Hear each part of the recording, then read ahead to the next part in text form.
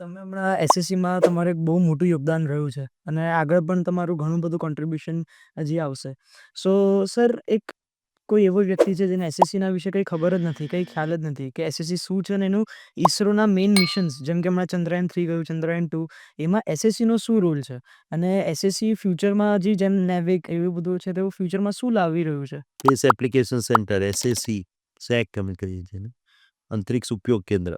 એ ઈસરો જે ઓર્ગેનાઇઝેશન છે અમારું, ઇન્ડિયન સ્પેસ રિસર્ચ ઓર્ગેનાઇઝેશન, બીજા દરેક જે સેન્ટર, 6-7 મોટા જે સેન્ટર છે અમારા, એક સ્પેસિફિક એક્ટિવિટી કરે છે. કોઈ ખાલી રોકેટ જ બનાવે છે, કોઈ ખાલી સેટેલાઇટ બનાવે છે, કોઈ ખાલી ડેટા પ્રોસેસિંગ જ કરે છે. એને બદલે અમારું જે સેન્ટર છે એ મલ્ટીડિસિપ્લિનરી એક્ટિવિટી કરે છે. એટલે કે અમે જે સેટેલાઇટનું હાર્ટ કે બ્રેઇન છે, પેલોડ, એ કામ અમે કરીએ છીએ, એ બનાવીએ છીએ, એની ડિઝાઇન કરીએ છીએ અને આખું ડેવલપ કરીને ડિલિવર કરીએ છીએ.